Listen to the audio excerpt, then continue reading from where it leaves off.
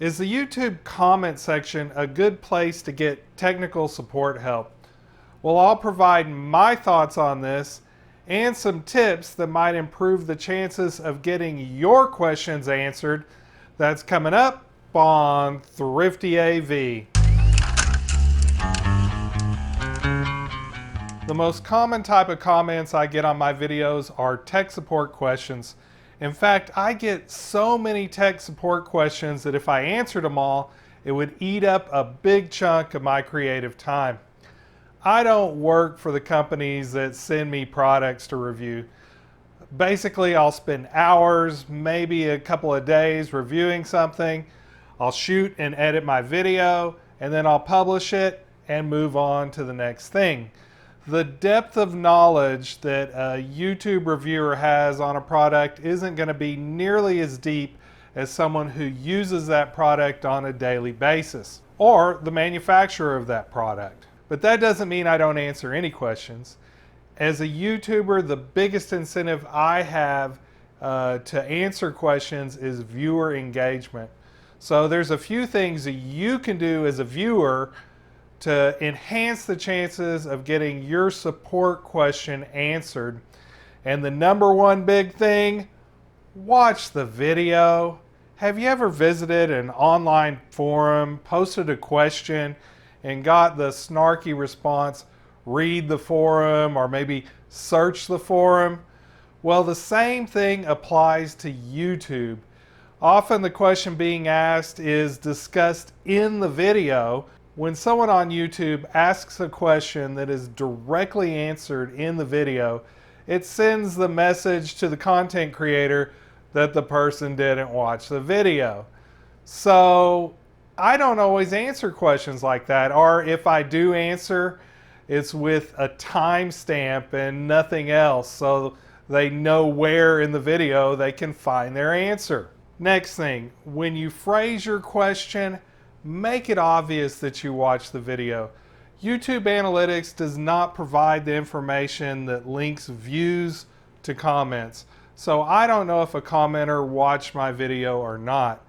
But if they say something that is specific in that video, in the comment, then I'm probably going to pay a little more attention to that comment and be more likely to answer the question. And I'm not saying that you should say, I watched the video. Say something specific about the video, and then the content creator will know that you watched at least part of it. Next, publicly subscribe to the channel. This is big. YouTube does indicate to content creators if a comment comes from a publicly subscribed user. It has a little symbol like you see here.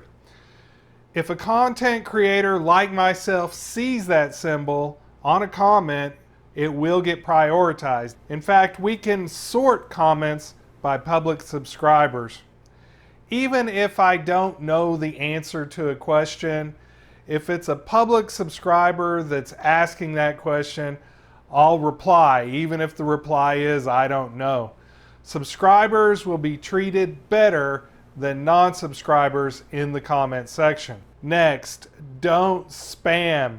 Asking the same question again and again in the comment section of a video, or the same question on different videos from the same content creator, that is spam, and it is likely to get ignored, if not filtered by the YouTube algorithm. I know if you have a question about a piece of gear, it's real easy to post that question in the YouTube comment section, but there may be better places to get your answers. Most vendors out there selling gear, they have online forums where you can look up Q&As and see if your question has already been answered. So that may be the number one resource you should be using to get your tech support questions answered. If you have a question about a product you haven't ordered, check to see if Amazon sells that product. Every Amazon product page has a little question and answer section, and your question might already be answered there. And even if it's not, you can ask the question, and sometimes an answer will pop up in a day or two.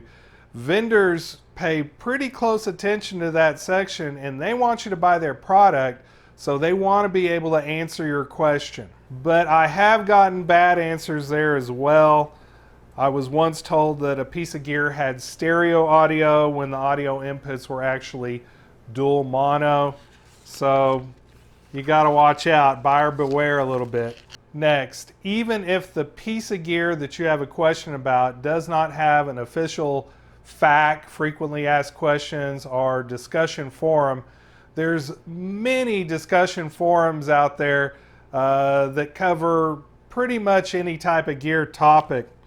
For example, I lurk around Video Help, AV Forums, AVS Forum, and I'm a member of Audio Karma, the 8mm Forum, Steve Hoffman Forum, and more.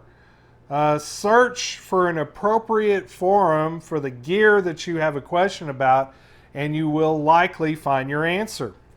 So in conclusion, YouTube can work pretty good as a help desk, especially if the content creator knows you watch the video and knows you are a subscriber to the channel. But if your question is ignored on YouTube, there are plenty of resources you can use to seek out the answers you're looking for. If you enjoyed this video, smash that like button. Thank you to my patrons for supporting this channel, and remember, stay thrifty, everyone.